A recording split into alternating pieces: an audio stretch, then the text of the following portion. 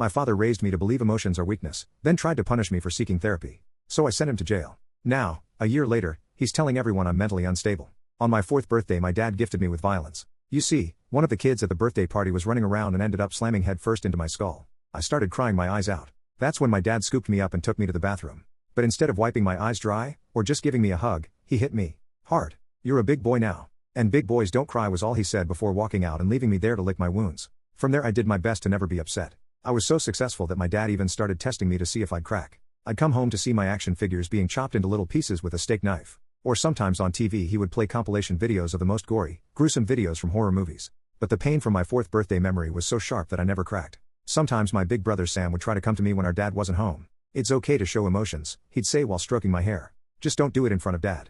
But you can always come to me for anything. At the time I was so wired to my dad's approval that I honestly started to believe Sam was a wuss. I never told on him, but I secretly hoped he would die for being such a weakling. That it was what he deserved. Well, Dad was driving Sam to school with me in the backseat when a car started speeding down the road. Luckily Dad managed to stop in time. As we all caught our breaths from the near-death experience, a truck came out of nowhere and slammed right into us. That's what you get for driving in NYC on Halloween night, I guess. I managed to brace for impact in such a way that left me with just a slight concussion. But as I was rushed to the hospital, I saw Sam was left behind. That's when I knew. He was dead. A numbness flooded my body. Looking back, I was undoubtedly disassociating. And a few days later, when I processed everything, I came to the conclusion that the reason I was alive and Sam was dead was simple.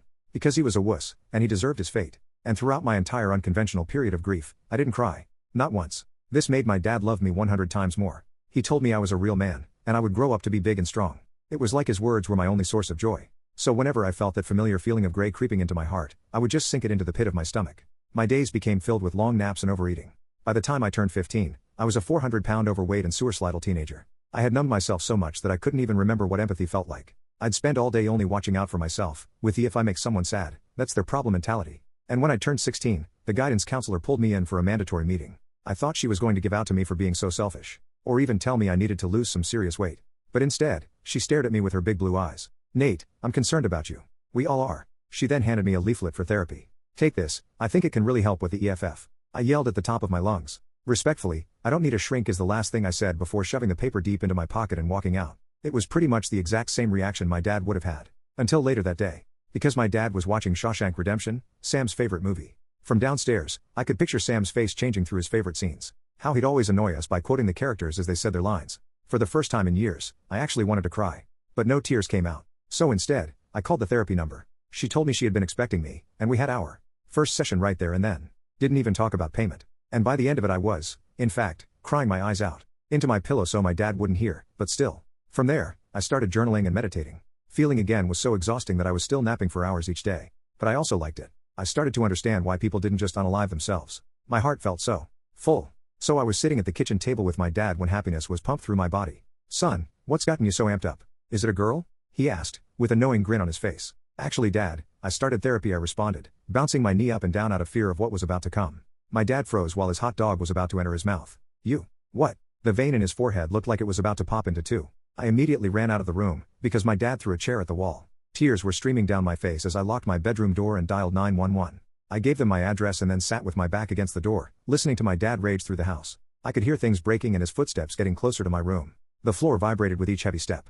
"Nate, open this door right now," he shouted, pounding on the door so hard it shook. "You think you need therapy? I'll give you something to cry about." I stayed silent, clutching my phone. The operator was still on the line, telling me to stay calm and that help was on the way. I had never been so terrified in my life. I thought about Sam and wondered if he would be proud of me for finally standing up for myself. When the police finally arrived, my dad switched personalities instantly. He became charming, confused, concerned about his troubled son.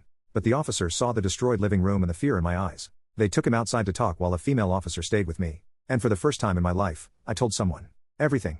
The next morning, I woke up in a strange bed. The sheets smelled like lavender fabric softener, not the musty odor of my own room. For a second, I was completely disoriented. Then it all came flooding back, the therapy confession, my dad's explosion, the 911 call. I rubbed my eyes and looked around at the floral wallpaper and lace curtains. I was at my Aunt Patricia's house. After the police took my statement, they called her to come get me. She was my dad's sister, but they weren't close. I'd only seen her a few times at family gatherings where she'd hover at the edges, nursing a single glass of wine and leaving early. She lived about 30 minutes away in a small ranch house with too many ceramic figurines and a cat named Mr. Whiskers who hated everyone. I heard a soft knock on the door. Aunt Patricia poked her head in, her thin face pinched with worry or maybe annoyance. "Hard to tell. Breakfast is ready if you want some," she said flatly. I followed her to the kitchen where a bowl of cereal and some toast waited. The silence was awkward as hell. She busied herself washing dishes that already looked clean while I ate. Mr. Whiskers glared at me from the top of the refrigerator. "Your father called this morning," she finally said, not turning around. "He wants to talk to you." I nearly choked on my Cheerios. "I don't want to talk to him," she sighed, her shoulders slumping.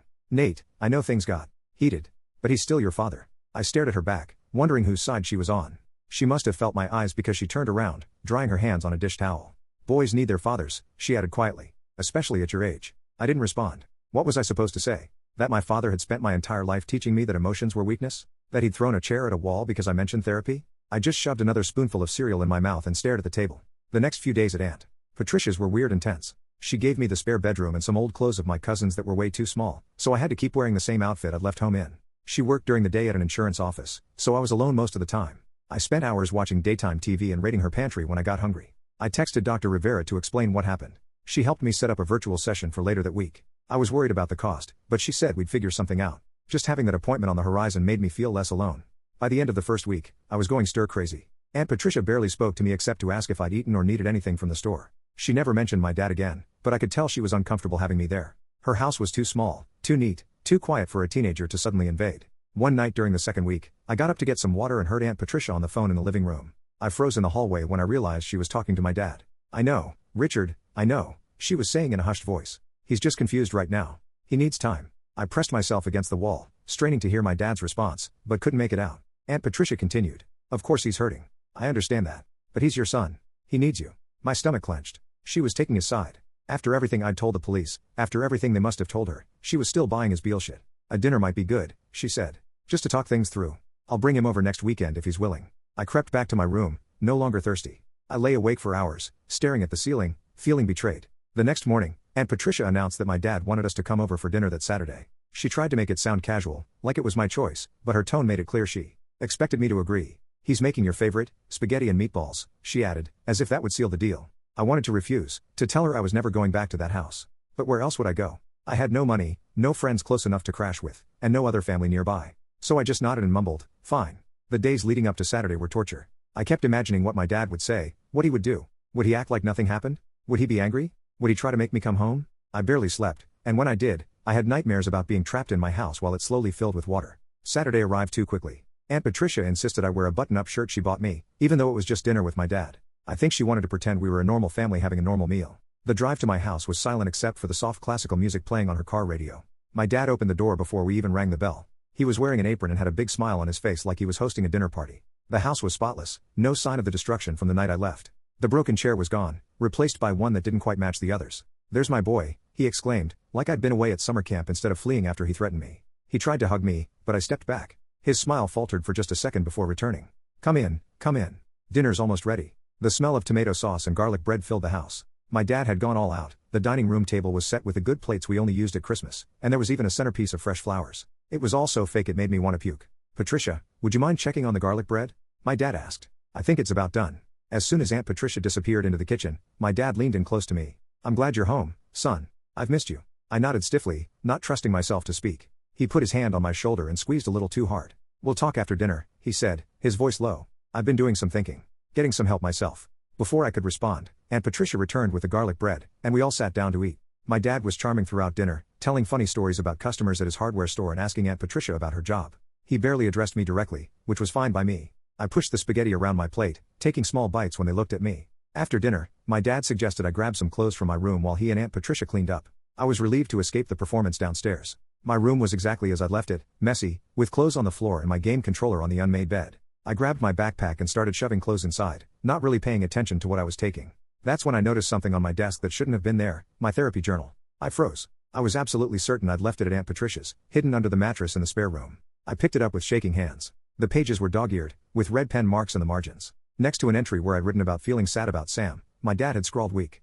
By another where I talked about crying after therapy, pathetic crybaby. My blood ran cold. He'd been to Aunt Patricia's when I wasn't there. He'd searched my things. He'd read my most private thoughts and then criticize them like a twisted teacher grading a paper. And now he was downstairs, pretending to be father of the year. I shoved the journal in my backpack along with whatever clothes were nearest. Then I went to the bathroom and pretended to be sick, making retching noises and running the water. I splashed some on my face for good measure before going back downstairs. "I don't feel good," I told them, which wasn't a lie. "Can we go back now?" My dad looked disappointed, but Aunt Patricia immediately stood up.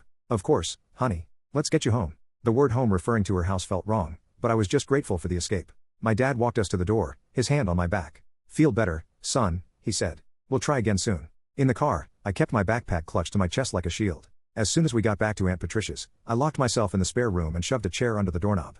I took the journal out and flipped through it again, feeling violated with each page. Then I ripped out all the pages with his handwriting, tore them into tiny pieces, and flushed them down the toilet. That night, I slept with a kitchen knife under my pillow. I didn't trust Aunt Patricia anymore. I didn't trust anyone. School the next week was a nightmare. Somehow, rumors about what happened with my dad had spread. Some were close to the truth, that I'd called the cops on my father. Others were wildly exaggerated, that I'd attacked him with a knife, that I was on substances, that I was in foster care now. I kept my head down and ignored everyone, but I could feel their stares and hear their whispers. In English class, Terry Matthews leaned over and asked if it was true that my dad was in jail. I told him to mind his own business. After class, the principal's secretary came to get me. Apparently, someone had reported that I threatened Terry. I denied it, but the principal, Mr. Anderson, gave me a stern warning anyway. "We've received some concerning reports about your behavior, Nate," he said, looking at me over his glasses. "I understand you're going through a difficult time at home, but that doesn't excuse threatening other students." I was so stunned I couldn't even defend myself. As I left his office, I overheard the secretary on the phone with someone who had concerns about Nathan Miller's violent tendencies. The voice on the other end sounded suspiciously like my dad's. Despite everything, I kept going to therapy. Dr. Rivera was the only person who seemed to actually listen to me. During one session, she gently suggested I might want to learn more about my mom. "You've never really talked about her," she pointed out. "Sometimes understanding our past can help us make sense of our present." My mom had died when I was a baby, car accident, my dad always said. I had exactly one photo of her, holding me in the hospital right after I was born. My dad never talked about her, and I'd learned not to ask. "Maybe you could talk to other family members," Dr. Rivera suggested. "Your aunt might have memories to share." I laughed bitterly. My aunt's not exactly Team Nate right now. But the idea stuck with me. The next day, while Aunt Patricia was at work, I searched her home office for family photos or anything that might tell me about my mom. In the back of her filing cabinet, I found an old photo album. Most of the pictures were from before I was born, my dad and Aunt Patricia as kids, family vacations, holidays. Then I found photos of my mom. She was pretty, with dark hair like mine and a smile that looked a little sad even when she was laughing. There were pictures of her and my dad when they were dating, at their wedding, and a few when she was pregnant with me. In the later photos, something seemed off. She looked thinner, more withdrawn. In one Christmas picture, she flinched away slightly as my dad put his arm around her. When Aunt Patricia got home, I confronted her with the album. "Tell me about my mom," I demanded. She looked startled, then resigned. She sat down heavily on the couch. "What do you want to know?" "Everything. What was she like? How did she die? Was my dad? Was he always like this?" Aunt Patricia stared at her hands for a long time. Finally, she looked up, her eyes wet. "Your mother was my best friend before she even met Richard. She was kind, funny, smart as a whip. She loved to paint, landscapes mostly. She was going to be an art teacher." I sat down across from her, hungry for more. And I begged her not to marry your father," she said, her voice cracking. "There were signs. Even then. The way he needed to control everything. The way he'd get so angry over little things. But she loved him, or thought she did. She wouldn't listen." "What about the accident? How did she die?" Aunt Patricia looked away. "It was a car accident, like you've been told. She was alone in the car. It happened late at night on a straight, empty road. There were no other vehicles involved. She just drove off the road and hit a tree." The way she said it made my skin crawl. "Are you saying it wasn't an accident?" She stood up abruptly. "I'm not saying anything. It was a long time ago, Nate. Let's leave it there." But I couldn't leave it there. That night, I snuck into the attic while Aunt Patricia was watching TV. I'd seen her glance up at the attic door when we were talking about my mom, like there was something up there she didn't want me to find. The pull-down ladder creaked as I climbed up, and I froze, waiting to see if she'd heard. When no one came, I continued up into the dusty space. The attic was packed with boxes and old furniture. I used my phone flashlight to look at labels, searching for anything with my mom's name. In the far corner, I found a box marked Lisa, keep. Inside were paintings, my mom's work, I assumed, and some journals. At the bottom was a shoebox full of VHS tapes labeled with dates. I took the whole box down to my room and waited until Aunt Patricia went to bed. Then I dug out an old VHS player from her closet and hooked it up to the small TV in my room. The first tape was from before I was born, my mom and dad at some party. She looked happy, laughing at the camera. My dad kept his arm around her the whole time. The next few tapes showed their wedding, their first apartment, holidays with family. Then I found one labeled Lisa, 8 months pregnant. I popped it in and watched as the camera focused on my mom sitting at a kitchen table, her belly huge under a flowery maternity dress. She was talking about names for the baby, me. "I like Nathan for a boy," she was saying. "It means gift in Hebrew." From off camera, my dad's voice, "We already decided on Richard Jr." My mom's face fell slightly. I thought we were still discussing it. "There's nothing to discuss." The camera kept rolling as my dad walked into frame. My mom visibly tensed, her hand protectively covering her stomach. She glanced at the camera, then back at my dad. "Richard, can you turn that off? I'm tired." "You're always tired lately," my dad said, his voice cold. "Maybe if you weren't so lazy." The tape cut off suddenly. I rewound it and watched again, paying closer attention to my mom's face. The fear in her eyes was unmistakable. It was the same look I'd had when my dad threw that chair. I went through more tapes, finding more moments like that one, my mom looking increasingly afraid, my dad's voice getting harder, colder. Then I found one that made my blood freeze. My mom was alone, looking directly into the camera. Her eyes were red from crying. "If you're watching this, Nate, it means I found the courage to leave," she whispered. "Or, it means something happened to me. Either way, I need you to know something important." She leaned closer to the camera. "Don't trust him. Not even a little. He's not the man I thought I married. The door opened off camera, and my mom's face transformed instantly into a smile. "Oh, hi honey. I was just making a little video for the baby to watch someday." My dad's voice, suspicious. "Give me the camera, Lisa." The tape ended there. I sat in the dark, shaking. My mom hadn't died in an accident. I was sure of it now. And my dad had been abusive long before I was born. The next day at school, I couldn't focus on anything. The pieces were all falling into place, my dad's obsession with controlling emotions, the way he'd tested me, how he turned me against my own brother. It was all part of the same pattern that had started with my mom. After school, I was walking to the bus when Mr. Devlin, my history teacher, called me over. Mr. Devlin was a gruff, no-nonsense guy who most students were afraid of. He'd never singled me out before. "Miller, got a minute?" he asked, gesturing me into his empty classroom. I followed hesitantly, wondering if this was about my failing grade on the last test. Mr. Devlin closed the door and leaned against his desk, arms crossed. "You doing okay?" he asked bluntly. "You seem different lately." I shrugged, not sure what to say. Mr. Devlin sighed and ran a hand through his thinning hair. "Look, I'm not good at this heart-to-heart stuff. But I've noticed some changes in your behavior, and I'm concerned." "I'm fine," I mumbled, staring at the floor. Mr. Devlin was quiet for a moment. Then he reached into his desk drawer and pulled out a small notebook. He handed it to me. Inside was a note. "I grew up with a father like that too. You're not alone." I looked up, startled. Mr. Devlin's face was impassive, but his eyes were kind. "If you ever need to talk," he said simply. "Or if you need help with anything. Anything at all." I nodded, unable to speak past the lump in my throat. I tucked the notebook into my pocket and left, feeling slightly less alone than before. That night, I decided to start recording my dad whenever I was forced to interact with him.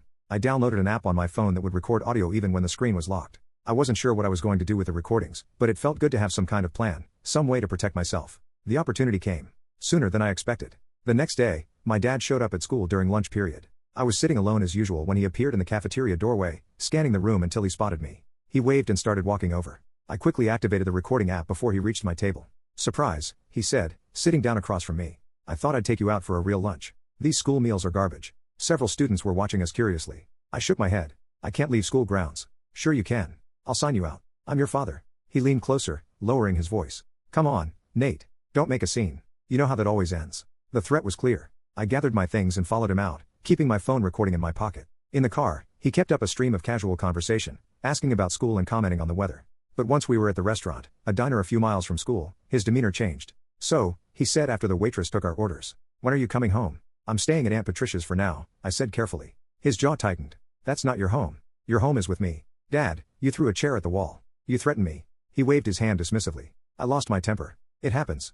But I'd never hurt you, Nate. You know that." I thought about the journal, about the tapes of my mom, about a lifetime of emotional manipulation. "I don't know that, actually." His eyes hardened. "Careful, son. That therapy nonsense is filling your head with lies. You think your aunt wants you around forever? You think anyone else cares about you like I do?" The waitress brought our food, and my dad immediately switched back to charming mode, thanking her with a big smile. As soon as she left, he leaned forward again. "Here's what's going to happen," he said, his voice soft but firm. "You're going to stop this therapy bullshit. You're going to come home this weekend. And we're going to forget this ever happened. Understand?" I stared at my burger, my appetite gone. "And if I don't?" His smile was cold. "Then I'll have to take more drastic measures. I've already talked to the school about your violent outbursts. One more incident, and you could be expelled. Wouldn't that be a shame?" I felt sick. He was setting me up, creating a narrative where I was the problem. And people were believing him, the principal, the teachers, probably even Aunt Patricia. I ate a few fries to avoid responding, my mind racing. After lunch, he dropped me back at school with a warning to think carefully about what he'd said. I went straight to the bathroom and threw up everything I'd just eaten. Then I listened to the recording. It was all there, the threats, the manipulation, everything. I saved it to the cloud so he couldn't delete it if he got hold of my phone. Over the next few days, my dad's campaign intensified. He showed up at the grocery store when Aunt Patricia and I were shopping, cornering me in the cereal aisle to whisper more threats. He left messages with classmates, asking them to tell me he was worried about me. He even called Dr. Rivera's office, claiming to be concerned about the harmful therapy I was receiving. I kept recording everything.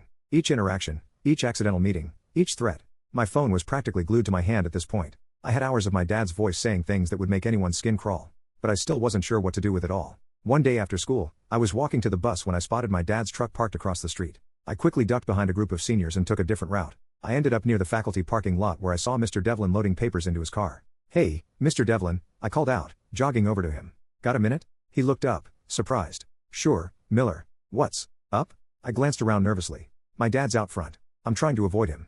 Mr. Devlin nodded like this was a perfectly normal request. Need a ride somewhere? I hesitated, then nodded. If it's not too much trouble. In his car, which smelled like coffee and old books, I finally worked up the courage to ask him about the note he'd given me. How did you know? About my dad, I mean.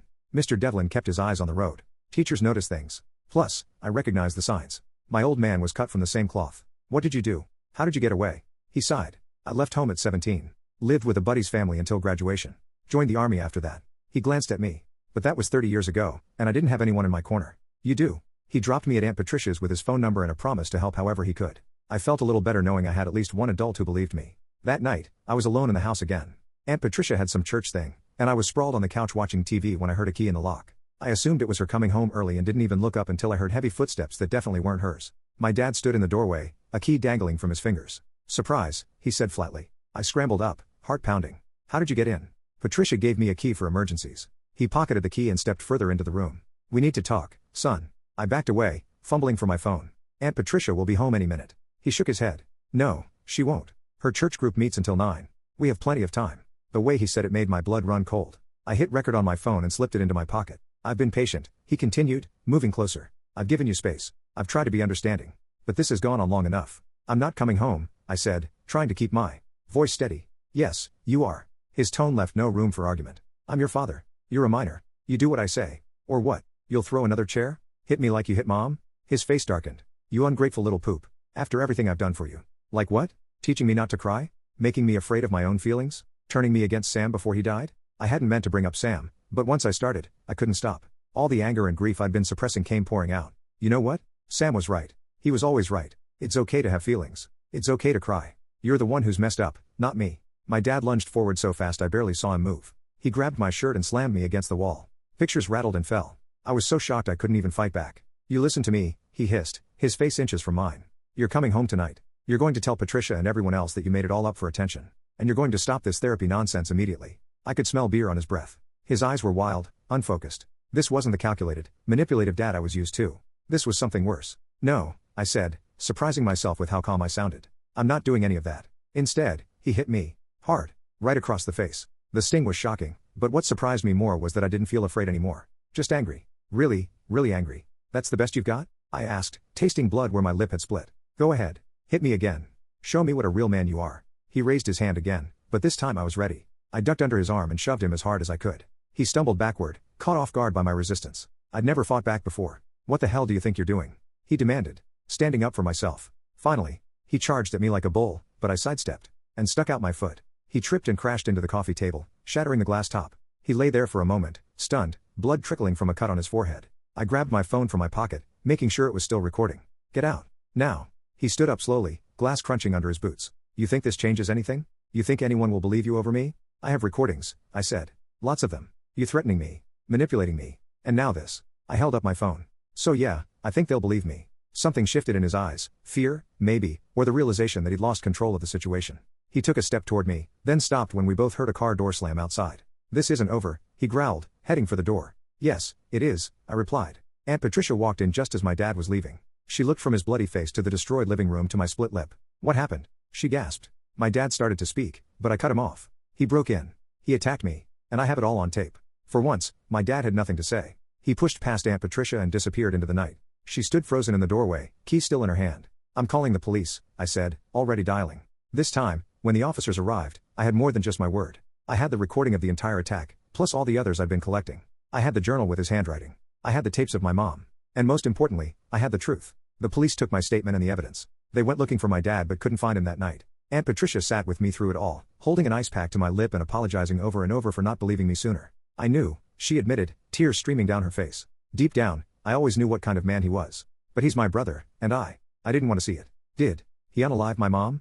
I asked bluntly. She flinched. I don't know for sure. The police ruled it an accident. But she had called me that day, saying she was finally going to leave him.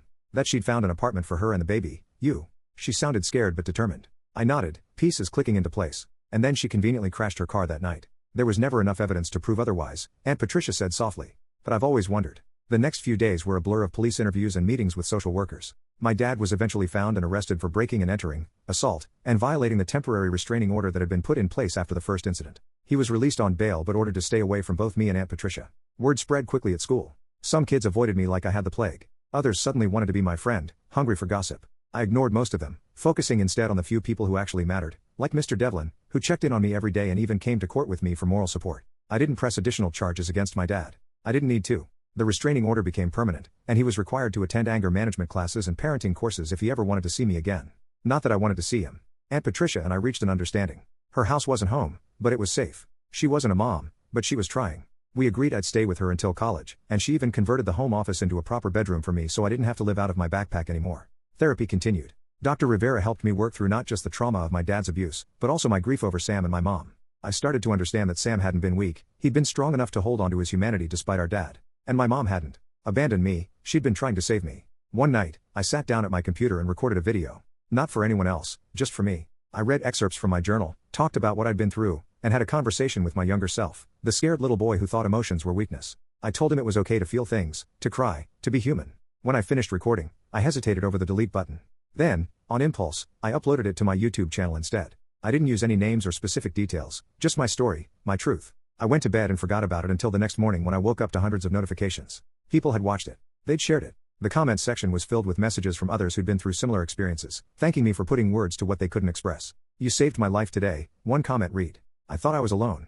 I didn't respond to any of them. I didn't need to. Just knowing that my story had reached someone, had maybe helped someone, was enough. Mr. Devlin became something of a mentor to me. He helped me apply for colleges and scholarships, wrote recommendation letters, and even taught me how to change the oil in my car. Life skills, he called them, though I suspected he just wanted to make sure I could take care of myself. As for the rest of my family, most of them faded into the background. Some took my dad's side, claiming I was exaggerating or looking for attention. Others just didn't want to get involved. I learned that family isn't always who you're related to, sometimes it's the people who show up when you need them most. Aunt Patricia fell somewhere in between. She was trying, in her own way, to make up for years of looking the other way. We weren't close, probably never would be, but we were civil. She respected my boundaries and I respected her effort. The summer before college, I visited Sam's grave for the first time since the funeral. I brought a small stone to place on his headstone, a tradition I'd read about somewhere. As I set it down, I finally let myself cry for him, for the big brother who'd tried to protect me, who'd known what our dad was long before I did. "You were right," I told him. About everything. I'd like to say I forgave my dad, that I found some peace with the past, but that would be bullshit. Some things can't be forgiven, only survived. What I did find was a way forward, a life that wasn't defined by what he'd done to me. I still have the recordings, the journal, the tapes of my mom. I keep them in a fireproof box under my bed. Not because I think I'll need them again, but as a reminder that the truth matters, even when it's ugly, even when no one wants to hear it. Sometimes I think about that little boy on his 4th birthday, crying in the bathroom, learning the hardest lesson of his life. I wish I could go back and tell him that his dad was wrong, that feeling things doesn't make you weak, it makes you human. That the real strength isn't in hiding your emotions, but in facing them head on. But I can't go back. I can only go forward. And that's exactly what I'm doing.